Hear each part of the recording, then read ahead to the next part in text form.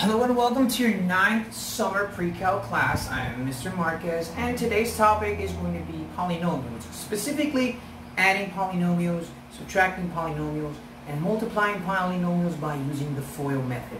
So let's get straight into it. First of all, a polynomial is a variable expression or an algebraic expression that has more than one term. If it would have one term, it would be considered a monomial.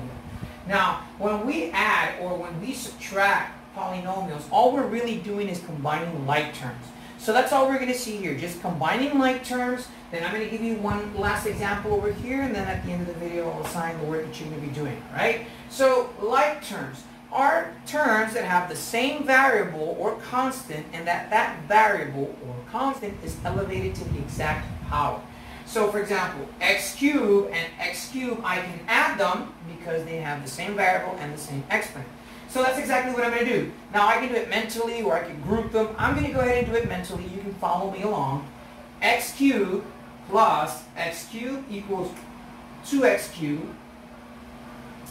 Now we're going to look at 6x squared. So I have negative 6x squared plus positive 5x squared, negative 6 plus 5 is actually negative 1. So I write minus x squared, or if you want to write minus 1x squared, that's also correct.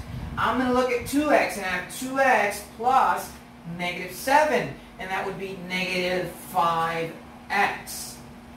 And of course, I have a 4, which is a constant, and there's nothing I can combine 4 with, so I just pass it on to my final answer.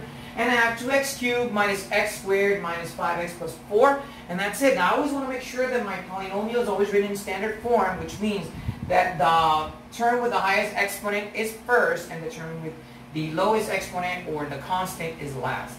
Okay, so we're going to do the same thing but with subtracting. And as you can see, the pattern developing is the same thing. So x cubed minus x cubed, in this case, would be 0, because that's it. We don't have anything else we can do there, so I can just write 0x cubed or just not write anything at all. And I have negative 6 minus 5. Now, negative 6 minus 5, or negative 6x squared minus 5x squared, whenever I'm adding, whenever I'm subtracting integers, I'm adding, so this would actually be negative 11x squared. And then I look at 2x minus 7x minus negative 7x. And again, 2x minus negative 7, that means whenever I'm subtracting integers, I'm actually adding, so that would be plus 9x. And 4, there's nothing I can combine it with, so I bring it down, and it would be plus 4, and that's it. That's my answer. Okay, all I do is I combine like terms, and I execute the operation, always taking into account the integers, okay? So again, x cubed minus x cubed is 0x cubed. I don't write 0x cubed, I just need it expressed, okay? Or I could. It all depends on right, some books. You could say 0x cubed minus 11x squared plus 9x plus 4. Technically, it's the same thing. Some people choose to write it or not, but that's more of a preference thing. Now, I'm going to go ahead and erase this example, and we're going to see multiplying polynomials, but we're going to see using the FOIL method. Now, FOIL is taught in Algebra 1, and it just means first, outer, inner, last. Like, I multiply my first term by my outer term, then my outer term by my inner term, and finally my last term. So that's pretty much what it means. But the way I do it is I like to draw little arrows. So I'm basically going to multiply 2x times 3x, 2x times 3x, and that equals 6x squared, because 2 times 3 is 6, and I add my exponent, 1 plus 1 is 2.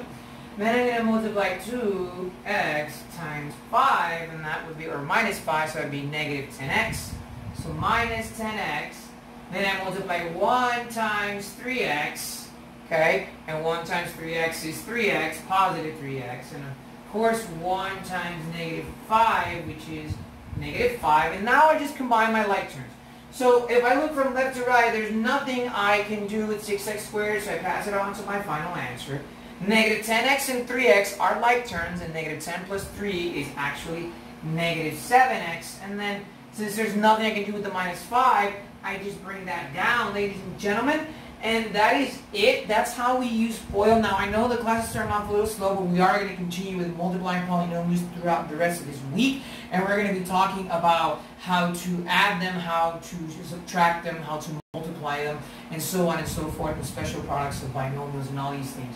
What I want you to do now is, after you've seen this video, after you've reviewed the examples, after you pause and rewind it, pause and rewind it, I want you to go to page 33, and you're going to work on problems 17, 19, and 25. So this is your favorite math teacher saying goodbye, stay safe, and we'll see each other soon.